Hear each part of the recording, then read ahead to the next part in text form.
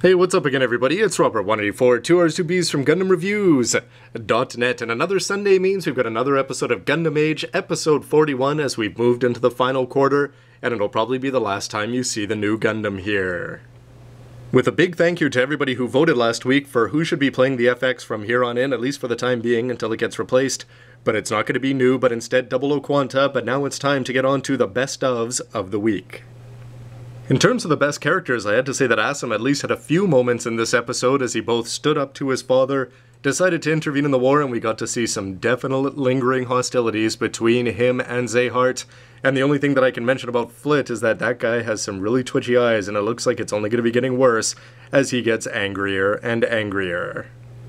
I think this week, though, my two favorite characters were both on the Vegan side, where we got to see Flam Nara finally reveal her motivations and why she's doing what she's doing, and Zeheart Galette, who had a pretty quiet episode last week, besides saying, well, all your moonbase belong to me, and yeah, don't worry about it, nobody's going to retake it. We got to see some good moments between them all. First of all, with Flam, we've seen that she's got some precognition. All of a sudden, she cares about Zeheart and whether she's going to die, and the reason why she wanted to test him in the first place, to see if he really did care about his subordinates, which we've seen that he does, is because she's Magician's 8 Dole's younger sister, and basically Dole gave his life, as we got to see in the flashbacks, which we saw a fair number of in this episode, to make sure that Zeheart could continue on and she sees the burdens that he's carrying. So the scenes between the two of them, she didn't want him to head out into battle and die on his own, so even though she's not that good in terms of a pilot, she hopped in and her X-Rounder powers certainly did her well. And overall, we also got to see between Zeheart and Assam also moments where he said, yes, even though your son has had the beans spilled to him, I'm not going to listen to your lies, because I am serving Ezelkant no matter what you're going to say, you dirty monkey D. Luffy. And finally, not one of the best ofs, but at the beginning of the episode I thought this seems to be a little bit of a waste, because they introduced a new female character last week who also didn't seem to be very impressed with Zeheart a la Flam Nara, except she just seemed to have gotten over it this episode. But it seems like the new one hasn't, in the form of Gerard Spriggan, who is going to be an Earth Federation pilot who defected when that moon base and that seedy-looking dude who just turned over the base to them. This time she headed out. We didn't get to see too much of her, but at the beginning of the episode it made me sort of think, well, they should have kept Shanalua around, and that could have gone with more of a Zeta vibe with the women defecting to the other side. But it looks like with next week's episode having a whole episode devoted to her, at least titled after her, that we're going to see a lot more about this Earth Federation, and of course, she desired to pilot the H1er, so it seems, and maybe she lost that chance. Anyway, it seemed a bit throwaway, but now I think there's going to be some potential here with her.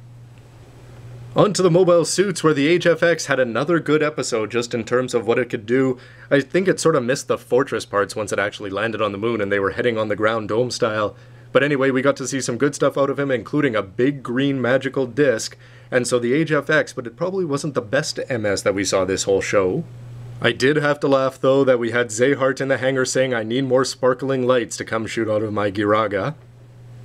And no, my favorite of the week was not the Adele 2 in its space colors, although I think it looked pretty cool in that purple, and nor was it the yellow-green Dorados, which we've seen previously in Generation 2 by a semi-boss anyway. But no, it has to go to the Fawn Farsia, as we had an inexperienced pilot, although with all sorts of abilities, or so it seems. Heading out, we didn't get to see all that much of the Farsian, and when we did, its legs were locked, and it was of course being mind-controlled. But in this case, we got to see her out there with a Sailor Moon wand, and then of course she had a Nobel whip, which really played up the whole female aspect to it. No words on a model release, at least that I've read anyway, but I'm hoping that we will be getting one and you don't have to go and repaint your old Farsia. But it looks like these two, she's going to be flying out with Zeheart at her side for the rest of the series, you can imagine. For Scene of the Week, I thought that the earlier scenes outside of the flashbacks were very good, where we got to see on the Vegan base.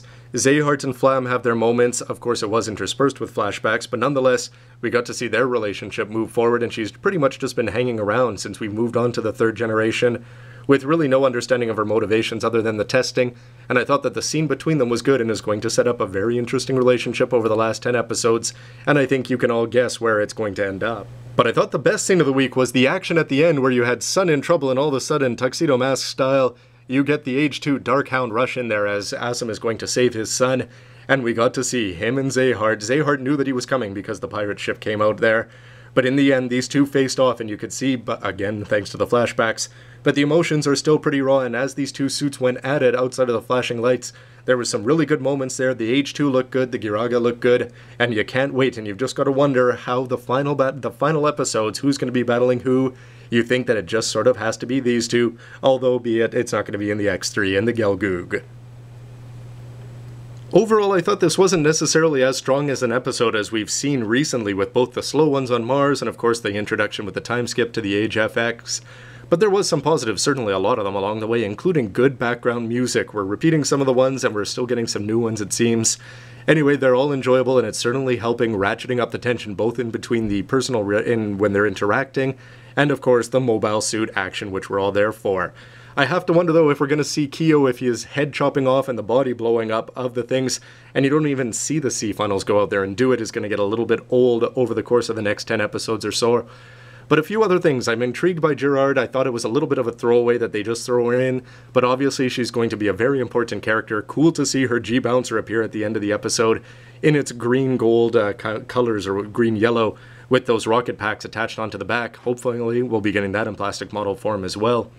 And I had to wonder at the same time, since the Fortress could have been useful there, it seemed, on the moon landing, what about wares for the FX? Could we be getting more? We've got 3 for the Age 1, 2, and 3. Is there going to be more, or could it have 10 lead variations be the magic final number for this show? However, because this was a new season, Japanese TV, quarterly, they're going to start new shows. Of course, to have new people, they're going to introduce you to the new Gundam last week, and this time they're going to have a little bit of flashbacks. Thankfully, it's not as bad as some of the Seed Destiny ones where you get whole episodes, but I suppose they've got to make it that way so people can jump in for the final 3 months. Overall, lots of speculation to come up. We didn't find out anything about Ezelkant, who was in the tubes, although we did find out about that mysterious Earth Federation one. Flamnara certainly looking to be a major character here after being quiet, so lots of positives, and of course, can't wait to see Asum and Zehart duke it out from here on in.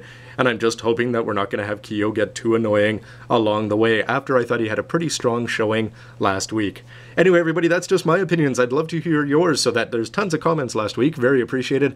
Anyways, please scroll down and take a look at those, and of course, I'll see you here next Sunday for episode 42. Thanks for watching, everybody. Bye.